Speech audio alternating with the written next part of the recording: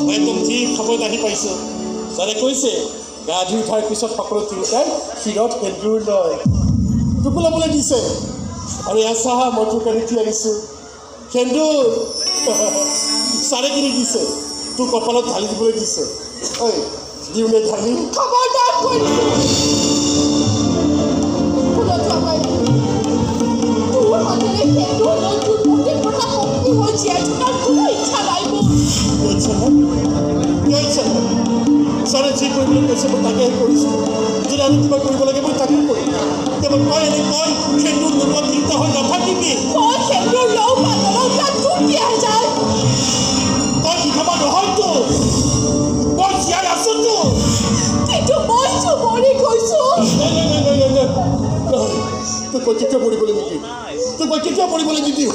মাৰি পেলাব, মাৰি পেলাব, মাৰি পেলাব। তেনেহ'লে মই নিজেই কৰিবলৈ চেষ্টা কৰিম। যাওঁ কিমান দিনৰ পৰা ৰৈ আছিলোঁ তেওঁ আহিব বুলি। যাওঁ প্ৰতাৰণাৰ জবাব তেওঁৰ মুখেৰে পাম বুলি ৰৈ আছিলোঁ। যিয়ে আহি মোৰ ওচৰত নিজৰ ভুল স্বীকাৰ কৰিব বুলি মই ৰৈ আছিলোঁ। তেওঁ নাহিলে এতিয়া মোৰ আৰু জীয়াই থকাৰ কোনো অৰ্থ নাই। এইবোৰ অৰ্থ চৰ্থ মই একো নুবুজো। মই কেৱল তোক কলেজত যাবলৈ নিদিওঁ। তই সদায় মোৰ লগত থাকিব লাগিব। তই থাকিব লাগিব। তই নাথাকিলে কিন্তু ময়ো নাথাকো কৈ দিছোঁ। থাকিম মই এটা মৰা হৈ। ময়ো মৰা হওঁ,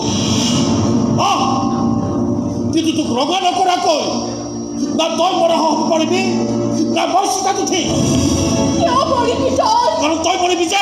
মই তোৰ একো নহয়। কিন্তু মই তোৰ গিৰিয়েৰ হয়।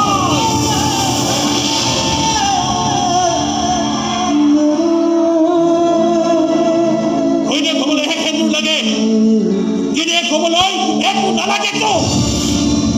কিন্তু এটা কথা ঠিক, তোক ৰঙা নকৰাকৈ নমৰো মই। কেনেকৈ ৰঙা কৰিবি?